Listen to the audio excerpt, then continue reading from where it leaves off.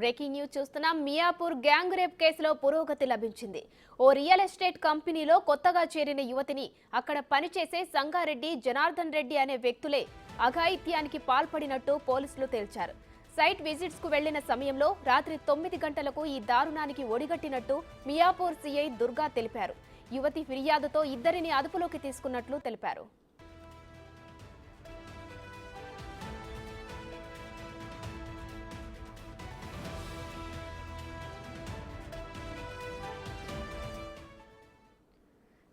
ఇదే అంశానికి సంబంధించి మరిన్ని డీటెయిల్స్ మా ప్రతినిధి సుజాత లైవ్ లో అందిస్తారు. సుజాత, మొత్తానికి మియాపూర్ గ్యాంగ్ రేప్ కు సంబంధించి ఒక పురోగతి అయితే లభించింది పోలీసులకు. దీనికి సంబంధించిన డీటెయిల్స్ ఏంటి?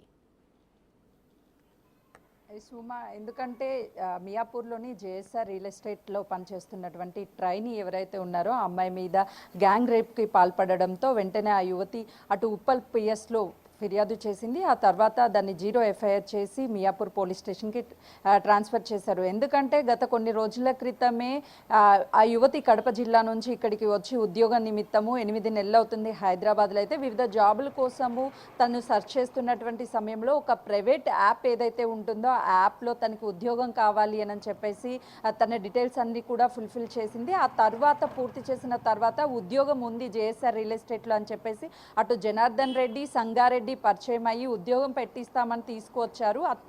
ఆ మహిళ జాయిన్ అయ్యి ఆల్రెడీ 2 or 3 డేసే అవుతుంది అని అటు కంపెనీ యాజమాన్యం చెప్తుంది. అయితే యాదగిరిగుట్టలో ఒక వెంచర్ ఉంది, చూడ్డానికి తీసుకువెళ్తాము, మీటింగ్ ఉందని చెప్పేసి జనార్దన్ రెడ్డి, సంగారెడ్డి ఇద్దరూ కలిసి తన కార్లో అక్కడికి తీసుకువెళ్లారు. ఆ మీటింగ్ అంతా కూడా అయిపోయేసరికి రాత్రి దాదాపు 3 గంటలకు అయినప్పటికీ కూడా అక్కడంతా కూడా వెంచర్స్ చూపిస్తామని, ఆ తర్వాత 9 గంటల ప్రాంతంలో కార్ బ్రేక్ డౌన్ అయింది అని చెప్పేసి ఒక హోటల్ దగ్గర ఆపారు. హోటల్ దగ్గర ఆపిన తర్వాత ఆ యువతిని ఏమైనా తింటావా, కూల్ డ్రింక్ తాగుతావా అంటూ బలవంతంగా కూడా కూల్ డ్రింక్స్ తీసుకొచ్చి స్నాక్స్ తీసుకొచ్చి ఇచ్చారు. కానీ యువతి మాత్రం తిరస్కరించింది. నాకేమీ వద్దు, వెంటనే నేను హాస్టల్కి వెళ్ళిపోవాలి అని చెప్తున్నటువంటి టైంలోనే ఎప్పటి నుంచో తన మీద కన్నేసినటువంటి ఇటు జనార్దన్ రెడ్డి కావచ్చు, సంగారెడ్డి కావచ్చు తనని కొట్టుకుంటూ అతి దారుణంగా తన మీద అత్యాచారం చేసినట్లయితే పోలీసులు చెప్తున్నారు. ఆ యువతి కూడా వెంటనే అక్కడ నుంచి తీసుకువచ్చి తనని ఉప్పల్ ఏదైతే హాస్టల్లో ఉంటుందో హాస్టల్ వద్ద దిగబెట్టారు. ఆ తర్వాత తను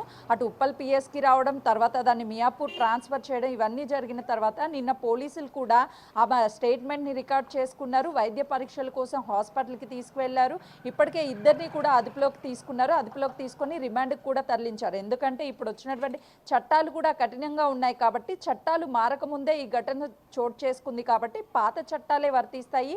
కానీ ఏదైతే ప్రాసెస్ ఉంటుందో అదంతా కూడా ఈ కొత్త చట్టం ఏదైతే ఉందో ఆ కొత్త చట్టాల ద్వారా మాత్రమే వాళ్ళ మీద యాక్షన్ ఉంటుంది అని చెప్పేసి అటు మియాపూర్కి సంబంధించినటువంటి సిఐ నిన్న చెప్పారు. అటు ఆఫీస్లో అడిగితే దుర్గారావు ఎవరైతే సంగారెడ్డి కావచ్చు, జనార్దన్ రెడ్డి కావచ్చు, వాళ్ళిద్దరి గురించి కూడా వాళ్ళు కేవలం సేల్స్ ఎగ్జిక్యూటివ్గానే కమిషన్ బేస్గానే పనిచేస్తారని కంపెనీ వాళ్ళు చెప్తున్నటువంటి పరిస్థితి ఉంది. Right, thank you Sujatha.